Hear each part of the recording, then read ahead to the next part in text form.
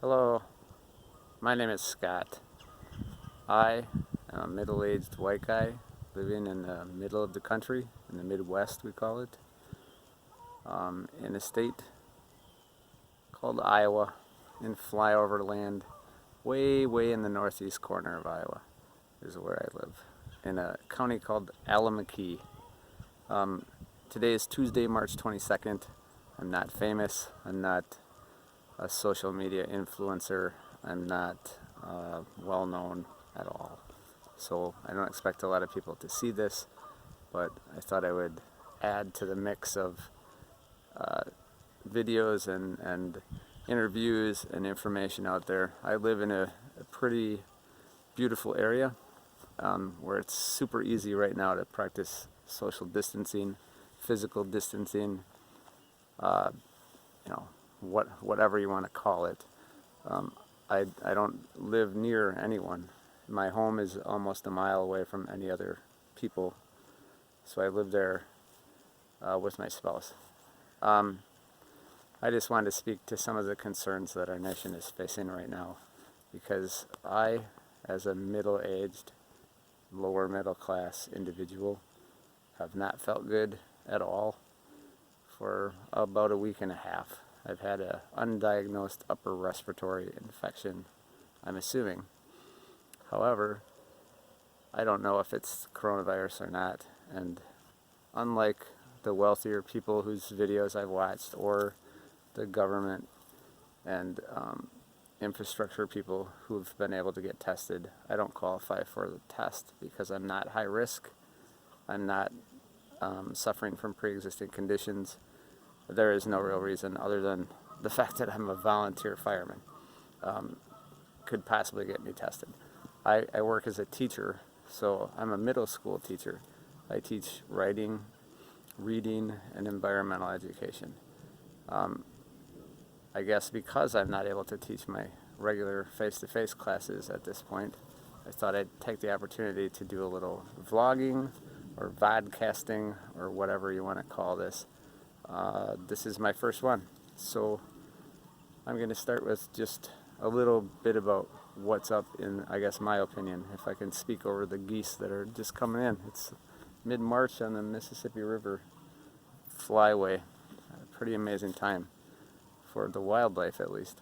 So even in this time of epidemic, very serious issues facing our nation and the people, the humans on the planet, obviously the wildlife is still doing its thing. It's spring. So that's a little happy thought.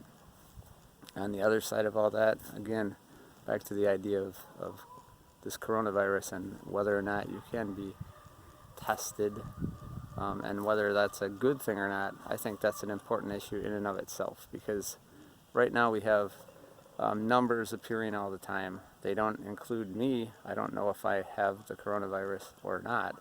I just know that I don't feel well.